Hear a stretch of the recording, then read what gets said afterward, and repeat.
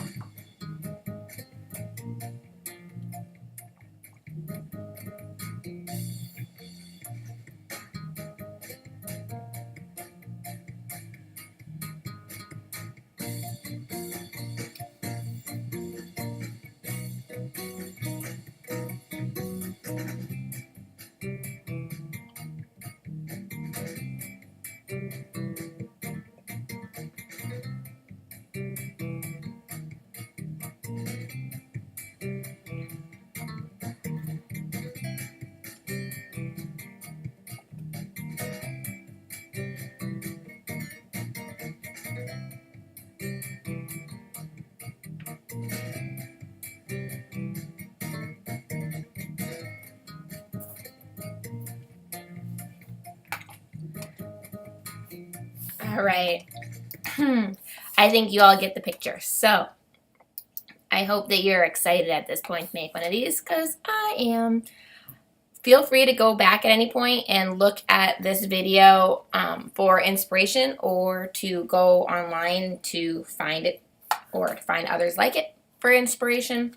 What I noticed when I looked through these is the key, that's a good example, to making these hybrid animals looking really realistic is to not only combine the two forms of the animals, so we have the form of a frog and the form of a pig, but also to extend out the coloring and some of the patterns or spots or stripes or shapes that you see in either. So adding scales maybe to the underside of the rhino to make it connect with the alligator. So we're going to get to that in a minute. First, what animals are you going to combine? I have a green little ceramic pot that has so many animals in it. And what I would like you to do is go over and pick three, okay? You're only going to be combining two animals, but I'm going to let you pick a third in order to have some more options. So maybe you don't like the one that you pick first, so pick three, and then try to figure out how are you going to combine these animals. Once you figure out how you're going to combine them or which ones you're going to combine, time to go online and find some images. So I picked, I'm going to show you what I have over here. I picked a monkey and a parrot. So I already made this little hybrid, which I'm pretty happy with. And now I'm going to show you how to do that as well on this little guy. It was just a little bit different, but they're going to be similar. I also just was playing around earlier and I made a couple more. We have a donkey and a bird, and then a duck zebra. So there's so many options with this. Something that's going to make your image really stand out as being professional and interesting is to also have your animal exist in an environment. See, I didn't just pick animals that had a white background. These have background details such as the environment or habitat that the animals live in, and that's what's really going to make your animal stand out. It's going to make it a little tricky, but I'll show you how to deal with that. So I have a monkey. I'm going to use a lot of the same details that I had for the parrot, but first this is the picture that I had used for this parrot. I'm actually going to drag this over so that I have this to work with. And then I'm also going to find a different head, because if they have the same head, then it's going to look obvious that I photoshopped it. Maybe I'll use this head. It has marks, watermarks on it. I don't want that. What about that one? All right, good. So I easily could have also had a monkey flying in the parrot's environment, but I decided to have the monkey start out as the base and then add the parrot features to the monkey. So right now, this is from my other layer of my other monkey's layer over here. I'm in the layers. Find me over here. I have a background. I've created a new layer 1, which is my monkey photo. So you can get rid of that right here. And then now I have this parrot picture and this parrot picture. So first things first, I want to start by adding the head to my monkey.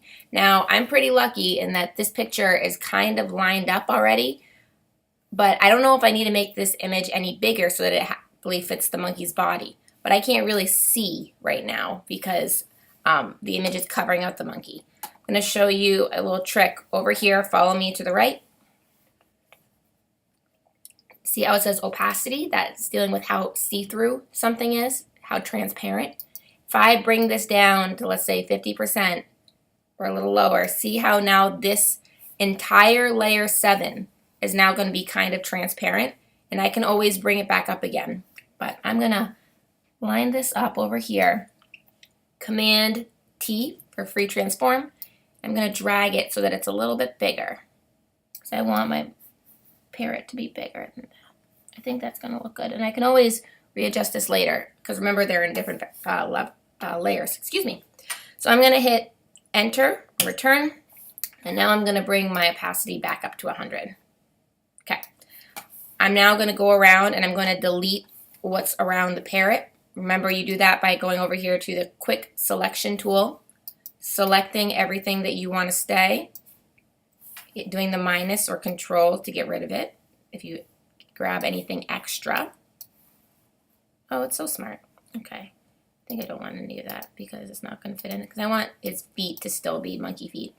Now, I know I want to get this little teeny point, so I'm going to use my bracket tool. I could also go up here to the brush size to get a little smaller so that I can really get in that little hooked beak over there.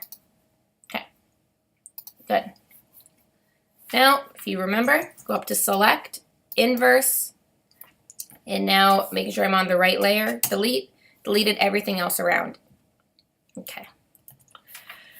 Now, a couple things I noticed. There are some touch-ups that I have to do. I'm going to, just because this is the only thing on this layer, I don't have to deal with the background. I'm going to go over and use this tool right here. See how it's a half white and black rectangle? It might be a little bit special, but I'm going to grab the regular one. This is my eraser tool, and just erase some of these extra lines.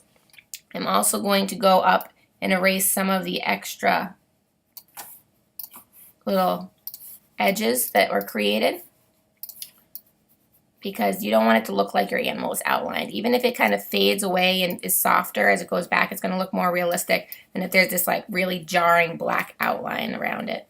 See that? Okay. Ooh, need to clean up what's going on with the beak. I found that if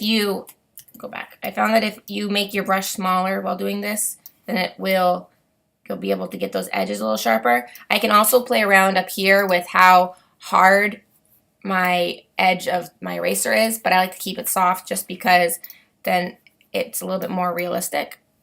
So we can play around with that. Good. Okay. Now I'm going to zoom back out again. All right, so I have an issue. My monkey is still peeking through behind my parrot, so I need to get rid of him.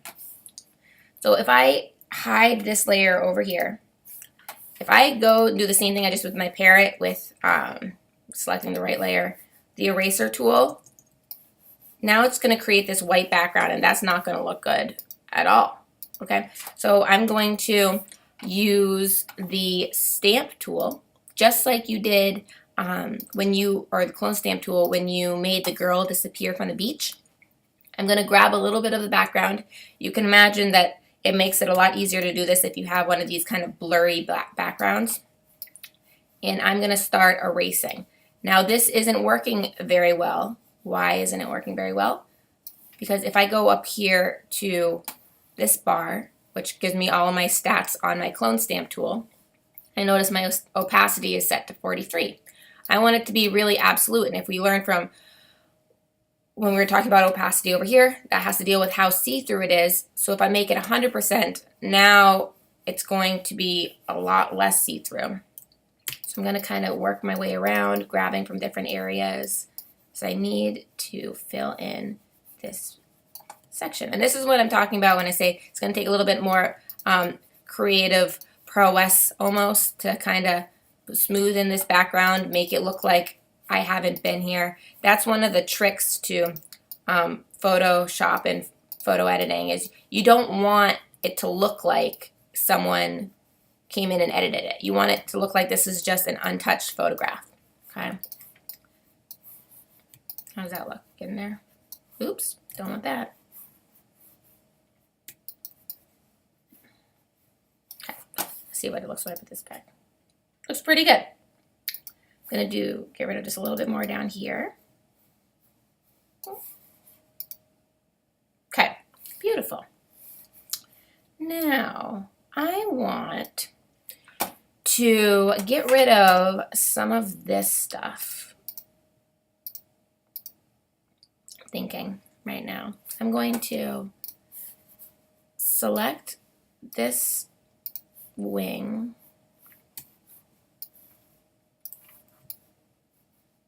Okay, that. And then I'm going to grab it and I'm going to move it over so I can deal with it later. Okay, because I want to be able to see this arm. Now, see how this created a little bit of an edge around? Can you see that edge right there? I want to get rid of that. So, eraser tool works fine. Oops, I'm on the wrong layer. I also need to unselect that and get rid of that. Now, I want my monkey itself to be a different color. Oops. So see how I made this monkey kind of red and blue at the same time? I'm going to show you how to do that. So first things first, what I'm going to do is I'm going to use my clone stamp tool, and I'm going to take some of the information I have from my parrot, and I'm going to apply it to my monkey. So this is how, if you're dealing with something that is scaly or has a specific texture to it, some kind of animal, this is how you can start to bring that over. I could also maybe take some of this if I wanted to add some feathers. Now, I'm going to bring back down my opacity now so it's a little bit more subtle. What I might even want to do, no, I think we'll be fine, is take this and make this animal bigger. So if I select all, copy, paste, make that. Now I'm just going to use this as like a swatch. Oops. Over here, and then I'll delete it so I can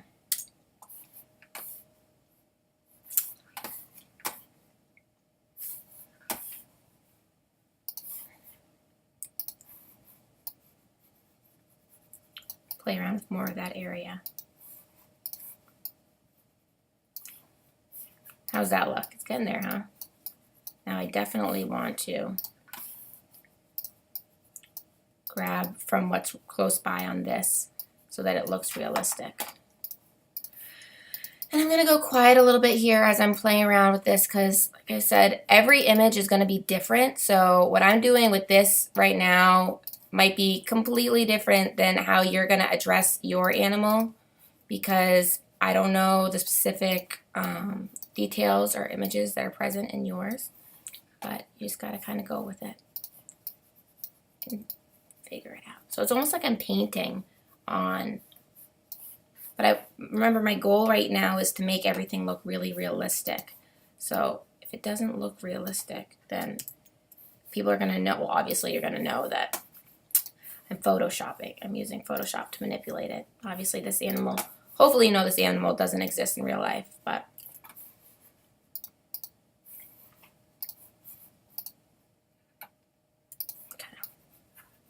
it's going to be good enough for now. It's going to have to be, so I can move on for you so you can get working. Now there's another thing that you can do, another technique, which is to take the monkey's fur and completely change the color of the fur. And the way that you do that, I'm just going to get rid of this over here because I don't need that anymore. Okay.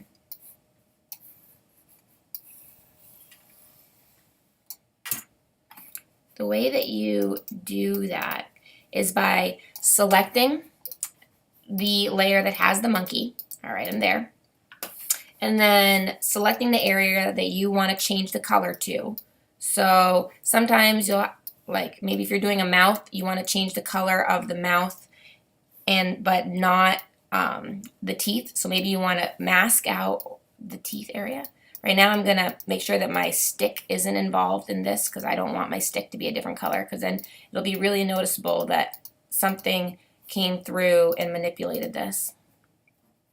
Okay, that'll be good. And you can get really detailed with this. I'm going to just take my time, go through this really quickly. Okay, so I have my monkey selected.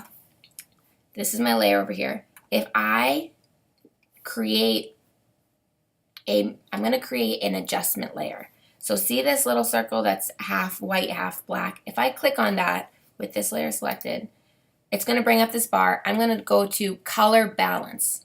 This is going to create a color balance layer. Okay, and then you see how this says created, it's black, which is a little bit of white showing. This is called a mask. This is your first introduction to masks. We're going to deal with masks more later. Basically, what this is saying is that the only thing that's going to be affected by what I do now is in this little white area. So if I go up here, I can drag, look at that, and manipulate these colors. So maybe I want it to be red. So I'm going to really pump up my reds. But maybe I want it to be a little bit more of a pink red or a little bit less of a pink red. Okay, and you can really play around with the colors. I think I'm going to leave it like that. And now maybe I want my little monkey's feet to be a little bit less red. What I can do is I can change my mask. When you have your mask selected, if I go up to a regular paintbrush tool, if I have black selected, then that's going to add black to the mask. Okay, so I'm going, or take away from the mask. So if my monkey, if everything that's selected is being adjusted is the white area, imagine if I go through with a stripe of black, it's going to create a black through that open area. It's almost like I'm filling in a window.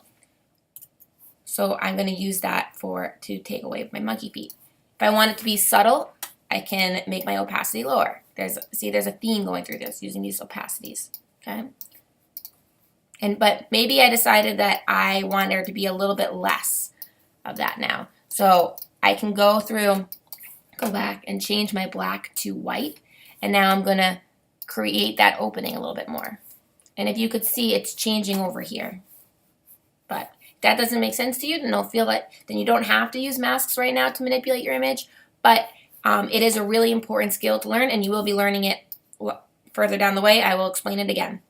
So I could use this wing. I want to add a wing to my parrot now. I could use this wing. I don't know.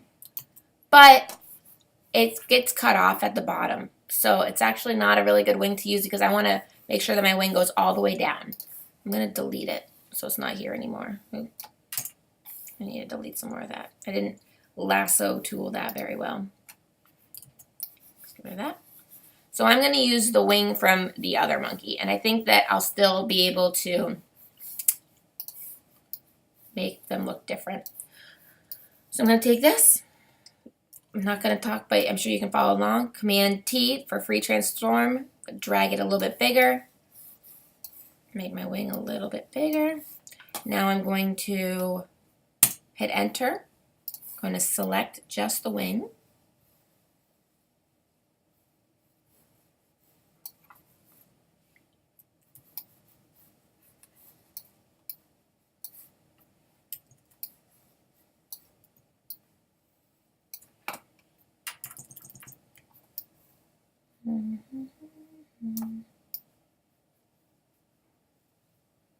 And now, also another tool you can play around with is, oops, I don't want to do that, is this is really jagged right now. There are some things within the selection tool, if you want to modify, you can smooth, for example, and it'll start to even things out. You can also play around with this a little bit, see if that works. Yeah, kind of smooth out that edge. Okay, so I'm going to image or select inverse to select everything around the wing, delete. Now I just have a wing. See how this has a soft border? Can you see that around the outside of selection? That was from the feather tool. So maybe you want to play around with that to create that nice soft edge. Okay, maybe you don't like the way that looks. So now I can go back in and erase some of that. It all depends on the image, what's going to work best for the image. Always. I'm going to take it. I didn't even realize the connection about how this is kind of like flying monkeys. I'm going to take my wing layer, which is layer 6 right here, drag it up to the top, because remember, whatever layer is on top is going to be closest to you, because I don't want it to kind of slide behind what I've done over here, because that will look weird for time being. Take it, Command T, rotate it a little bit.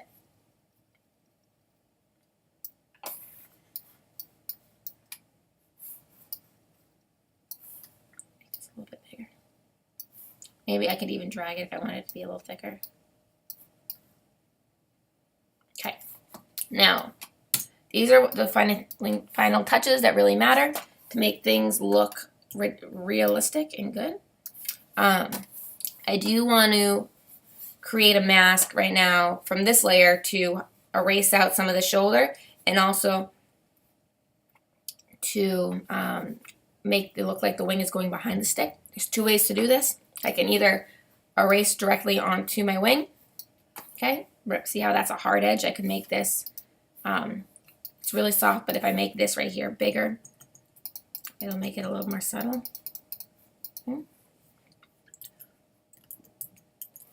Or I can make a mask. Oops, move forward. By going over here, if I hit this tool that's a square with a circle in it, I now create a mask for just this layer, and using everything is white. If I use my black brush tool, now I can erase out this. If this doesn't make sense, don't worry about it. Just use the eraser then. But what's nice is now if I go too much that way, I can switch this around and erase back. All right. So, how's it look? Thinks it looks pretty good. Maybe I want to get rid of this white border. I'm going to go over here. This is the cropping tool. You probably know it from other platforms. And I'm going to drag this down. Ooh, because, yeah, I see I have some extra stuff out there I don't want anyways. Drag that up. Enter. Ooh, want a little bit more. And voila. Now I have a new animal. If I'm done editing, I will save it as a JPEG. I will transition it to my Google Drive. I just noticed I need to add another wing back there, like this one, to make it look realistic. It's all those little finishing touches. Before you finish this one, especially because there's a lot of things, a lot of factors involved, call me over and I will check for you and maybe give you some suggestions about how to make them look even more realistic. So, have fun and good luck.